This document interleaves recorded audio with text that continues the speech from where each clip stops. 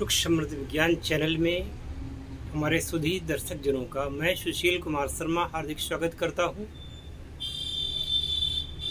इस प्रस्तुत वीडियो में मैं कुछ गलत आदतों के प्रति आपको जागरूक करना चाहता हूं। रुकिए जरा, वीडियो को छोड़ करके मत जाना, क्योंकि ये वीडियो आपके जीवन में क्रांतिकारी परिवर्तन लाने में सक्षम है।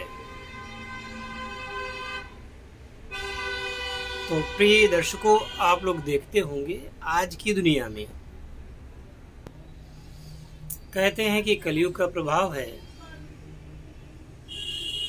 पुत्र माता पिता को नहीं मानता, पत्नी पति को नहीं मानती, पति पत्नी को नहीं मानता। लगभग हर रिश्ते में इस प्रकार के खोट आ चुके हैं और उसका एक बड़ा कारण ये है कि हम विदेशी सभ्यता को अंगीकृत कर चुके हैं। हमें पता ही नहीं चलता कि जिन शब्दों को हम दिन भर बोला करते हैं उन शब्दों का अर्थ क्या है और इससे क्या प्रभाव पड़ने वाला है, और उन शब्दों का प्रयोग हम हमेशा किया करते हैं। जैसे कि आजकल जिला, जो कि हिंदी का शब्द नहीं है, हिंदी में उसको जनपद कहते हैं। तहसील, ये तहसील भी हिंदी का शब्द नहीं है। थाना, कचहरी, इस टाइप के जो शब्द हैं ये हिंदी के शब्द नहीं। हिंदी का अर्थ जानते हो क्या होता है? हिंदी को कहते हैं देवनागरी। देवनागरी का अर्थ होता है देवों के नगर की बोले जाने वाली भाषा या लिपि। तो जहाँ हिंदी लिपि या हिंदी भाषा का प्रयोग हो वहाँ पर देवनागरी उसको समझा जाना चाहिए। अब देवनागरी भाषा बोलेगा कौन? जो देव होगा, देवतुल्य होगा, देवता होगा। अब आगे चलते हैं। ये तो मैंने उदाहरण दिया आपको।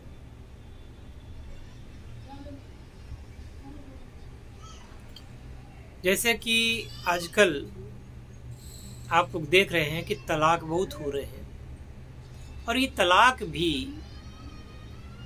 विदेशों से आयातित है। तलाक शब्द या डाइवोर्स शब्द हमारे भारत में कभी था ही नहीं,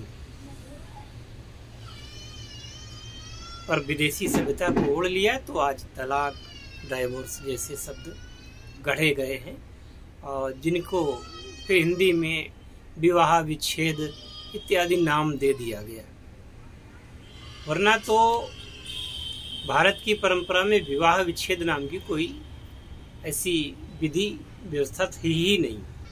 तो सारे फसादों की जड़, सारे जो झगड़ों की जड़ वो है जिसको कि हम अंगीकृत कर चुके हैं और जिसके बारे में हम जानते नहीं। आप सभी लोगों के विवाह हुए होंगे, तो विवाह को आप लोग शादी बोल देते हो, है ना?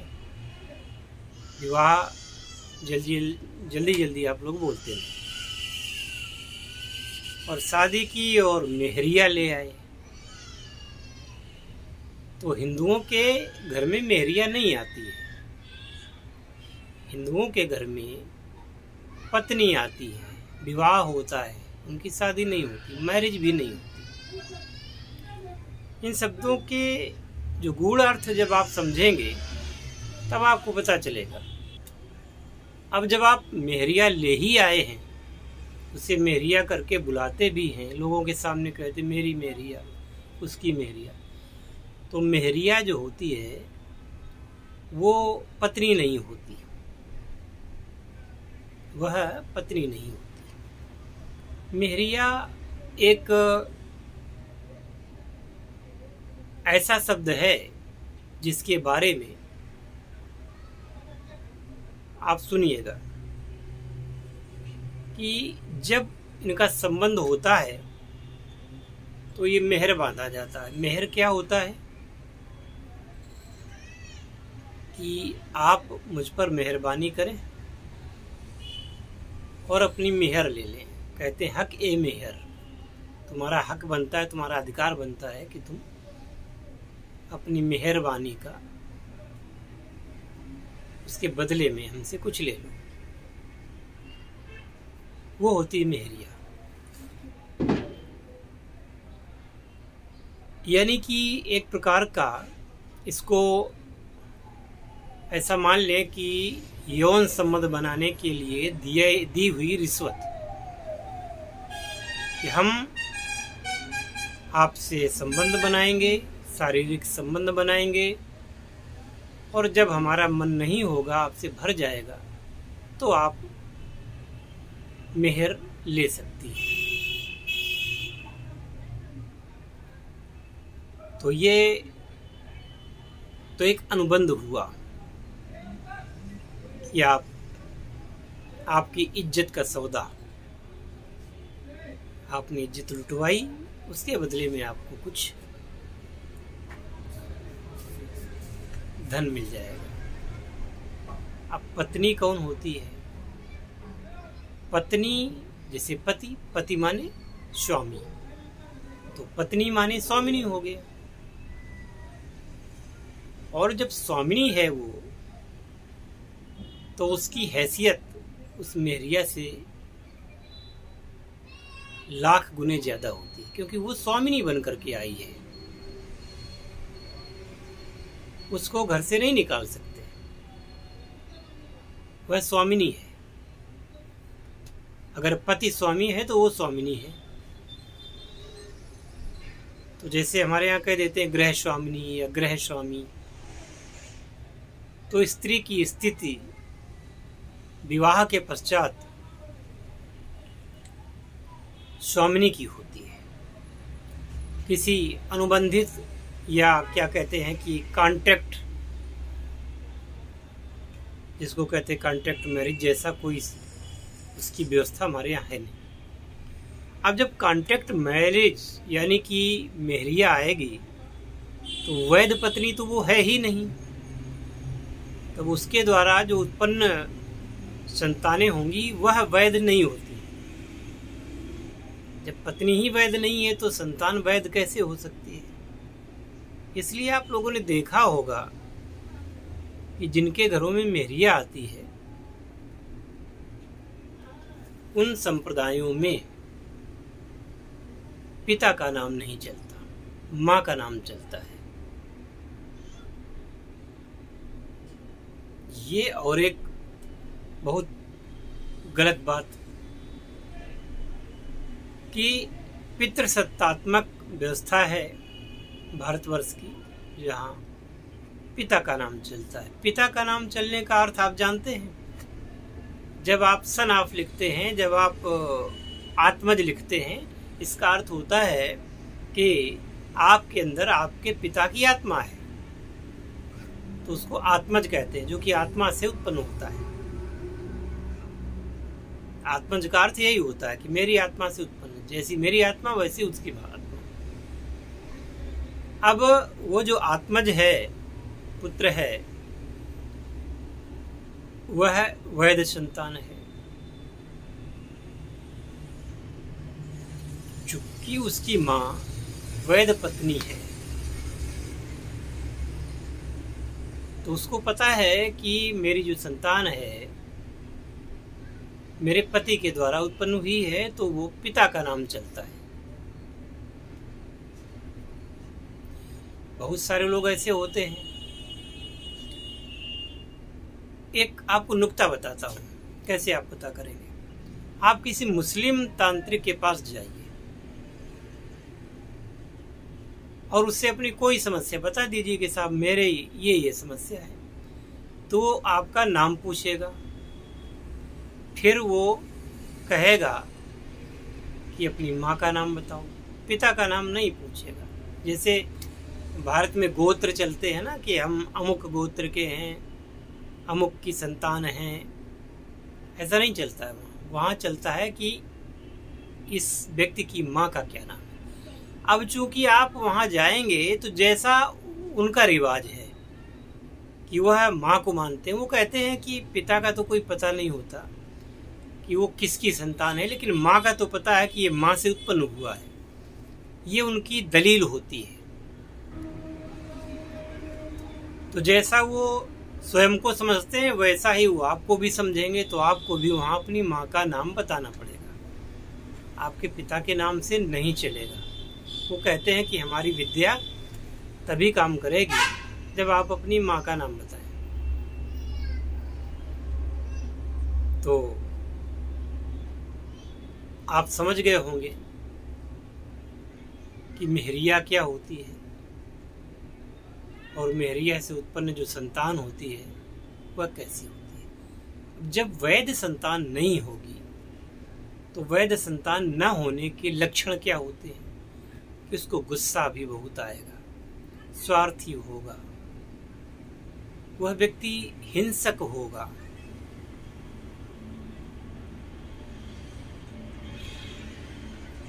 इस पर एक वैज्ञानिक ने रिसर्च की थी। जब हम इंटरमीडिएट में पढ़ते थे बायोलॉजी में, तो उसमें आनुवंशिकी का एक पार्ट था। तो आनुवंशिकी में बताया गया था कि जो वैध पत्नी से उत्पन्न संतान और अवैध पत्नी से यानी कि मेहरिया से उत्पन्न संतान में अंतर क्या होता है। वो चाहे विवाह के पहले का पुत्र हो, चाहे जैसा हो, या विवाहेतर संबंधों से उत्पन्न हो। तो एक वैज्ञानिक था, उसने 5 पीढ़ियों का, एक वंश की 5 पीढ़ियों का अध्ययन किया। जब वो छोटा था तो किसी एक व्यक्ति को देखा कि उसने एक तो विवाह किया था और एक उसने रखेल रख ली थी विवाह के बिना, दोनों की संतानें हों।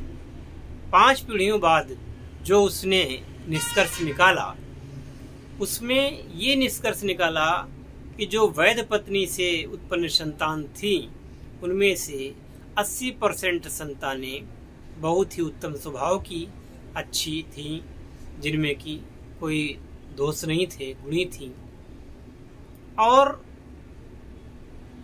20% संतानें अपराधी, वेश्यावृत्ति करने वाले या चोर इस टाइप के थे।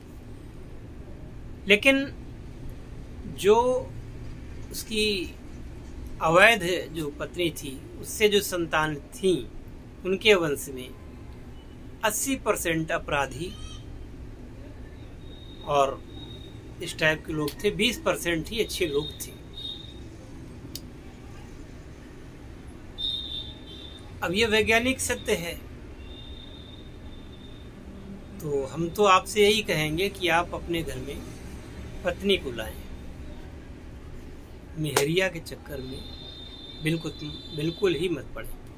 हो सकता है किसी को ये बात सुन करके अच्छा ना लगे, हो सकता है कि सहमत ना हो। गहराई से सोचना, गहराई से इस बात को सोचना ही नहीं, पता भी करना।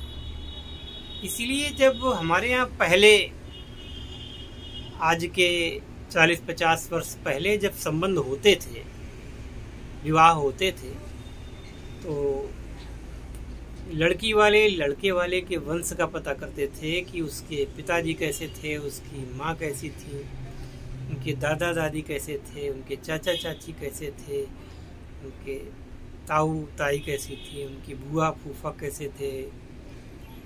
यानी कि वो पूरी छानबीन करके तब अपनी बेटी किसी लड़के को देते थे। इसी प्रकार से लड़के वाले लड़की के वंश के गुणोद्देश्यों को देख करके, बहुत छानबीन करके तब विवाह करते थे, तो आदर्श संतानें पैदा होती थी। अब आजकल ये सब देखा नहीं जा रहा है। आजकल तो बस अंधानुकरण है, पैसा की दौड़ है, पैसा होना चाहिए, वंश कैसा भी हो। अब आजकल तो जाति भी नहीं देखते, धर्म भी नहीं देखते, कुल देखना तो बड़ी बात हो गई। बस सरकारी नौकरी हो, बस बहुत बड़ा बिजनेसमैन हो, बस बहुत बड़ा आदमी हो, बेटी देने को तैयार है। इसी प्रकार से बहुत ज़्यादा दहेज अगर मिल रहा हो तो लोग भूल जाते हैं कि इसका खानदान कैसा है। दहेज अगर मिल रहा है तो तुरंत उस घर में विवाह कर लेंगे। इसी का दुष्परिणाम है कि आजकल अच्छे अच्छे घरों के लोगों को वृद्धाश्रम में रहना पड़ रहा है। और कहना ना चाहिए कि अच्छे अच्छे घरों के बच्चे अनाथालयों में पल रहे हैं। मान लीजिए कि आपके माता पिता ने बहुत अच्छे तरीके से सोच विचार करके और कुल गोत्र सब देख करके विवाह किया, लेकिन अगर कहीं व्यभिचार हो गया तो भी संतानें बिगड़ जाएंगी। क्योंकि जो प्रकृति का नियम है,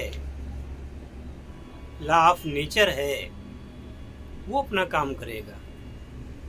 तो थोड़ा सा सावधान रहें और ज़्यादा फैशन में और ज़्यादा नएपन में मत पढ़ें तो लॉजिक सोच करके सही तरीके से अध्ययन करके आप आगे बढ़ें। और मैं तो देखिए वीडियो बनाता हूँ तो बिना अध्ययन के, बिना मतलब के वीडियो नहीं बनाता हूँ। मैं ये चाहता हूँ कि अगर किसी व्यक्ति के कोई वीडियो देखे न देखे, अगर किसी ने मनन कर लिया, 10 लोगों ने देखा, 20 लोगों ने देखा, मनन कर लिया और उस पर चल गए, तो उनकी पीढ़ियां शायद आबाद होंगी, खुशहाल होंगी, तो मुझे भी इसका पुण्य मिलेगा। तो जय शिव शंकर, जय भोलेनाथ, हर हर महादेव।